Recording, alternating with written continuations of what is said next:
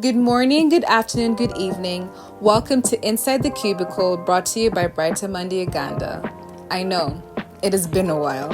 For those new here, my name is Gladys Rabuhemba, PR lead in this company. I am here with a special guest, Miss Safina Virani, who will introduce herself shortly. We're here to navigate on a very important topic, workplace sexual harassment, which ties in with this month's theme, which is Sexual Assault Awareness Month. Yeah, I can already feel the hearts racing, some at the edge of their seat, but this is important as it affects a significant amount of job seekers, employers, and employees alike. It's important to be aware of it, how to help when you see it happening, and where to go if you find yourself a target. This is raw, this is unfiltered. Let us get into it. Safina, please introduce yourself. Hi, Gladys. Hi, everyone. My name is Safina Virani. I'm the co-founder and co-director of Frown Initiative Uganda.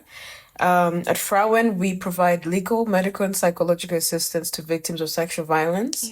And we also provide advocacy outreaches and trainings to equip people with the knowledge of what sexual violence looks like and the avenues for reporting. I also serve as a regional facilitator for Frida the Young Feminist Fund, representing Sub-Saharan Africa. Wow. So lovely to be here. Ooh, lovely to meet you. So let's talk about it. In the context of Uganda, how is sexual harassment in the workplace defined legally?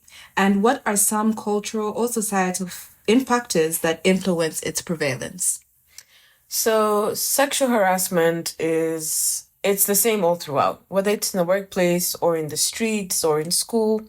It's defined as the different sexual acts that are not usually consented to. So like you find slurs, like we break it down into three sections. So there's the physical harassment that comes with, touching people inappropriately. Then there's the verbal harassment that comes with, making those kinds of sounds or, calling people slurs like, you slut. So it cuts across whether it's school, whether it's in the workplace, it's the same. Then there's the nonverbal. That comes with sometimes when someone sends you pictures and so pictures that you didn't ask for or videos, that kind of thing. It's when we talk about sexual harassment in the workplace, we're narrowing it down to strictly where people work in. And this happens a lot. And Uganda actually has the highest number of sexual harassment in the workplace. When you compare it to other East African countries, we are at the top. Wow. In terms of numbers, where are we at? The last time I looked at it, we were about 80%. Damn. Yeah, we're really high up there. And this goes to my following question, like what are the unique challenges faced by individuals in Uganda when it comes to reporting and addressing sexual harassment at work? So one of the issues is that people don't even know that this is sexual harassment. The culture that we have here and people's understanding of sexual violence is, it has to be rape. It has to, have some sort of like penetration. Because if you look at the country in itself, like when you go downtown, there's a lot of men that will, whistle at you or try to touch you. And it's just seen as that's just the way of life. That's just what we go through. In fact, if you feel some type of way, they're like, this one is just being exactly. Yes. So like they'll say you're just being overly dramatic or so they don't really like acknowledge it in the first place. So you'll find a lot of people who are being sexually harassed, they don't know that they're being sexually harassed. And they are feeling this sort of way of of course. Something is you feel like something is wrong, but then you're gaslighted so much that you just ignore it. Then we also have that whole, she had sex to be promoted. And that is also a form of sexual harassment in the workplace, but it's seen as a woman just, using her body or using her beautiful face to get to places. It's not seen as like someone in power taking advantage and using their power to leverage, a job opportunity or a promotion. So that is one of the issues. They don't know that they're being sexually harassed. Then they also don't know the avenues to report, because a lot of organizations, a lot of companies don't have sexual harassment policies. Or if they do, it's just a footnote Yeah. in their entire organization policy. It's just, like a little don't sexually harass in the workplace. But it doesn't go into detail to define what sexual harassment is in the workplace. Yeah. It doesn't go into like detail of how to report, who do you report to? And also a lot of people don't read their organizational policies. So even if your organization does have a policy, you just got the job, you want to, go to work and come back home. So you don't know what the organization says about it. So, you're just there in like... And what can organizations do about that? What can we do to, to bring this issue out in terms of so people know what to do when it does happen? As you said, we are top. Yeah. Which means that in every workplace, there might be someone there. What for employers, using our job platforms in Uganda, what proactive measures can they take to prevent sexual harassment happening within their organization? So what they need to do is, first of all, look at your policy. What does your policy say about sexual harassment? Is it a policy that covers everything? Because sexual harassment doesn't just happen within the organization. It could also happen between organizations and service providers, or if the organization is providing a service, it could happen with the customers. And this is something that we also get a lot. There are times like when you use Uber or SafeBorder, and then he keeps your number and calls you after the trip. Like, oh, remember I dropped you off here. You're so pretty. That is sexual harassment. Or if you're working with like, let's say in the customer care business, and one of your employees, continuously harasses a customer that they think is pretty or someone that they want to go on a date with. Yeah. They sort of break that, because we're supposed to maintain our positions. You're a service provider, I'm a customer. Let's leave it at that. Then also organizations that work with, people in communities where sexual exploitation happens a lot. So if you're like an NGO and you work with disadvantaged communities, you'll find that sometimes they leverage, one of your employees could be leveraging like financial help or support by saying, if you do this and this with me, I'll make sure that the funding comes to you, to your organization or to your community. So employees need to like really sit down and look at the policy and ensure that it covers all of this. It covers like because if this does happen and it gets out that this organization has employees that are sexually harassing, it ruins your image. Yeah. It could bring a lot of like financial losses. It could bring, like legal action. So they need to make sure like the policy is comprehensive. And then also it's important to have like trainings. Yes. Or like, let's say if it's sexual assault awareness month, you could run something within the company that brings awareness to like the basic definitions of consent. What does sexual violence look like? How do you differentiate between sexual harassment and sexual exploitation? Just the basic stuff. You could like send like an email and say, this is Sexual Assault Awareness Month. Here are some resources. Try to make yourself familiar with this. So just doing the basics. You could also like have people from my organization come and like do trainings. We also provide like services of like looking at your policy and making sure it covers everything. It has the basic definitions. It mentions who to report to. It has things like the retaliation policies, things like that. And so what role can a job seeker and employers in our platforms play in raising awareness about harassment and promoting safe working environments? You've talked about the email campaigns and things like that. I'm also wondering, as a job seeker, how can they protect themselves as well in those circumstances? Yeah. It's very important to know your rights. And what are their rights? It's very important for you to understand what sexual harassment is, what it looks like, and how it manifests in workplaces. This is information you can also get on Google. You can read the basics about it. And when you know that, okay, I'm not supposed to have sex in exchange for a job, or if I'm in a workplace or if I'm going for a job interview, and sometimes people that are interviewing make like these passing comments about like what you're wearing, or oh, you're so pretty. These are not things that should be happening in a workplace. And those are not things that you just let slide. Yeah. You need to set boundaries from the get-go. Like, if someone makes a comment like that, you need to say, like, listen, this is not right. It doesn't make me comfortable. So when you know what it manifests as in a workplace, because it's not always just going to be physical. Yeah. It's going to be weird comments, or it's going to be messages, or sometimes even like body movements. Like, people that make those body movements like they're trying to imitate sex. It can make you very uncomfortable when you're working. So, or lack of respect from physical boundaries, like someone just holding your shoulder funny, or like if they're hugging you and you don't like it. And one that really happens even in movies is like when you're sitting on a laptop and then they come behind you and they're too close. Yes. Yeah, so you make the boundary. You say, listen, you're too close. It's not making me feel comfortable. I'm wondering, okay, that for colleague and colleague, maybe that is easy, like when you're dealing with a colleague. But how do you do that if it's like your boss, or if it's someone in a position of power who can actually remove you from that?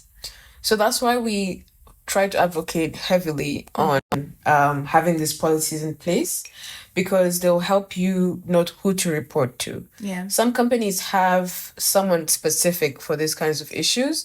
Others, you go to like HR. But if it comes with, like, let's say if they're threatening your job, you can reach out to organizations like Women's Pro Bono Initiative for legal services for free. And because according to like employment rules here and laws, you can't fire someone. It's like unfair to fire someone because they've raised this concern. But again, if you don't know your rights, you won't know that they should not be firing you for this. So it's very important to reach out to like legal companies, or if you have a friend that does law, you could ask them these questions. But you can reach out to, we work with Women's Pro Bono Initiative, so I can attest for their services. Yeah. And you can reach out to them and say, this is what I'm going through at the organization, and they're trying to fire me for raising this issue. I'm also like the importance also of like documentation. How can, especially with hearsay, he said this, she said this. How can I protect myself as an employee to be like, this happened on this day? And how do you do it? How do you document that in a space so that it's valid when you bring it to these organizations and things like that? Yeah. It's actually something we emphasize when we're doing our trainings. Document. We have like slides on these trainings where it's like the only thing there. Because you need evidence. No one is going to buy, just word of mouth. So when it comes to documenting, let's say if someone has sent you videos or pictures, of course your first instinct is to delete it because you don't want it on your phone. It's making you uncomfortable. We advise not to do that. If you must delete it, have a screenshot showing that this person sent it to me at this time. Yeah. If someone is calling you and harassing you, like let's say in the middle of the night, or whenever they call you, take a screenshot of that. Yeah. Yes. Then also, if it's happening in a verbal sense, like you're in an office and someone is making that comment, write it down somewhere in your notes app. Write down the day, the time, who was there. Yeah. Who was there, and what exactly this person said. Because, when you report and you make even just one mistake of what the person said, they'll be like, oh, she's lying about everything. So it's very important to record exactly what that person said, the day, the time, the location, and who was there. And we also try to advocate for bystander intervention, because reports show that as a bystander, when bystanders intervene when they witness sexual harassment, it tends to like reduce the amount of times, or it scares off the person that is doing the harassment. Exactly. Predators are more empowered when you're isolated, right? Yeah. They have more power when you're isolated. Yeah, and they know you're scared. So if you have the only way to address things like sexual harassment is a community effort. Yes. Even if you go to report and the people who were there in the room with you say that, oh, I don't remember, you won't have a case. So it's very important that we work together. If you're a witness to this, take it up as your responsibility to also create a safe workspace, you know? So if you witness this, you can tell the victim, like, listen, whenever you're ready to report, I will stand in as your witness. I will be there to attest to, your report, like, yes, this happened on this day, and so say this. Yeah. Then also we have like, it's called, I think, the 5 Ds. When you're intervening as a bystander, there are different ways you can do it. So the first one is you can be direct. So if, let's say, I'm being sexually harassed and you're in the room and you witness it. Like, hey, yeah. Yeah, you go directly to the person doing the harassment and say, listen, this isn't right. This is, it's making me uncomfortable. You shouldn't be doing this. Another way to do it is to delay. So let's say, like, girls do this thing where in a bar, if you see, like, there's another woman that is being, she's being harassed, or you think she's not feeling Pretend safe. to be her friend. Exactly. Yes. Your sister, like, hey, girl, what are you doing by the side?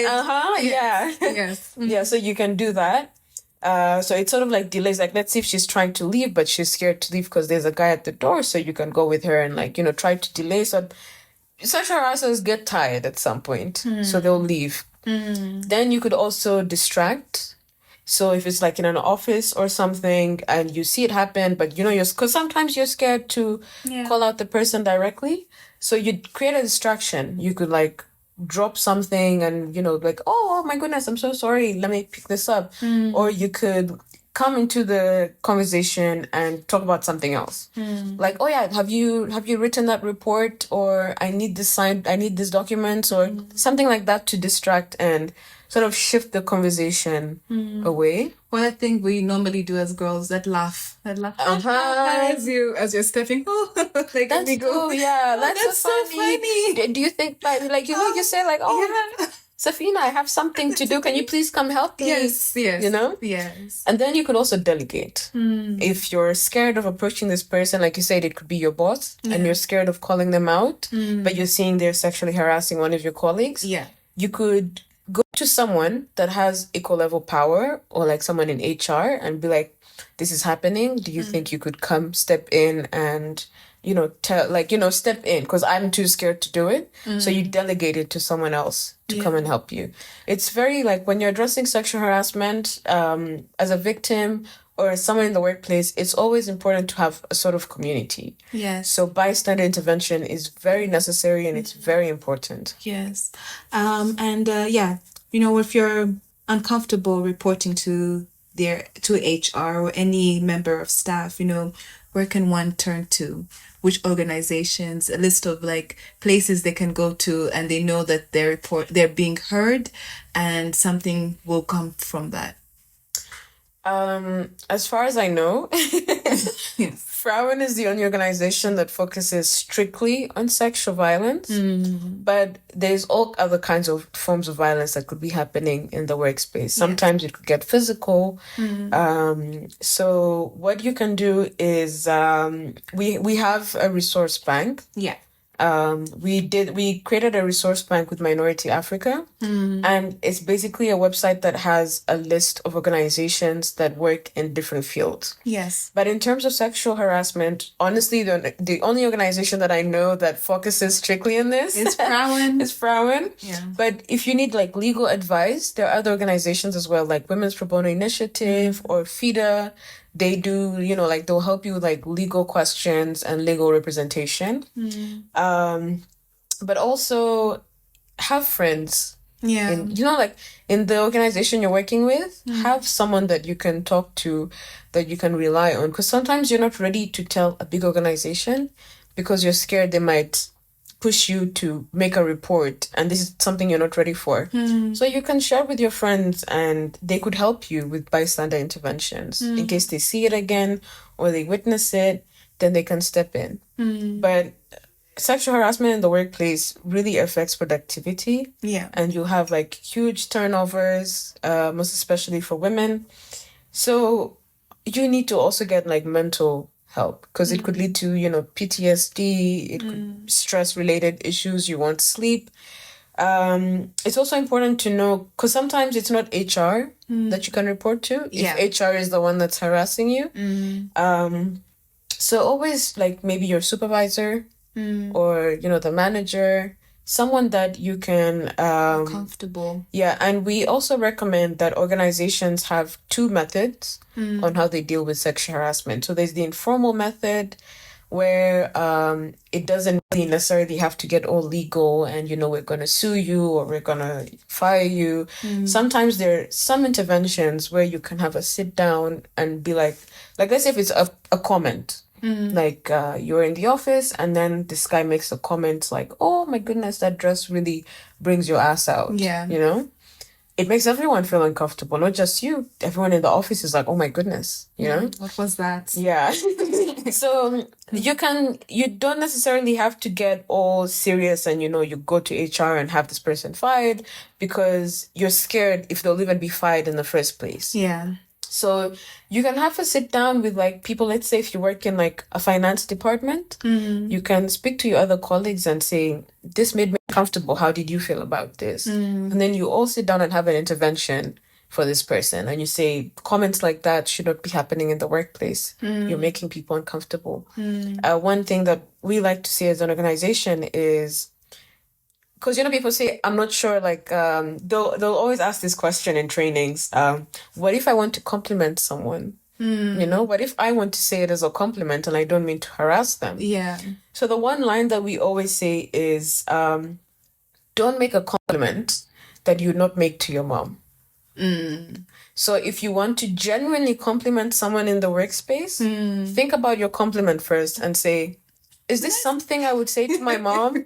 Like, if the dress is pretty, the dress is pretty. You don't have to say, oh, your hips look nice in that dress. Because is that something you'd say to your mom? Yes. Is that something you would say to your mom? If you can't say it to your mom, then don't say it to your colleagues at work. Yeah. That's actually a good advice. And yeah, those are all my questions for today. And yeah, thank you for making the time. Thank you for having me here. And yeah, that's what we have for Inside the Cubicle. Thank you. Thank you.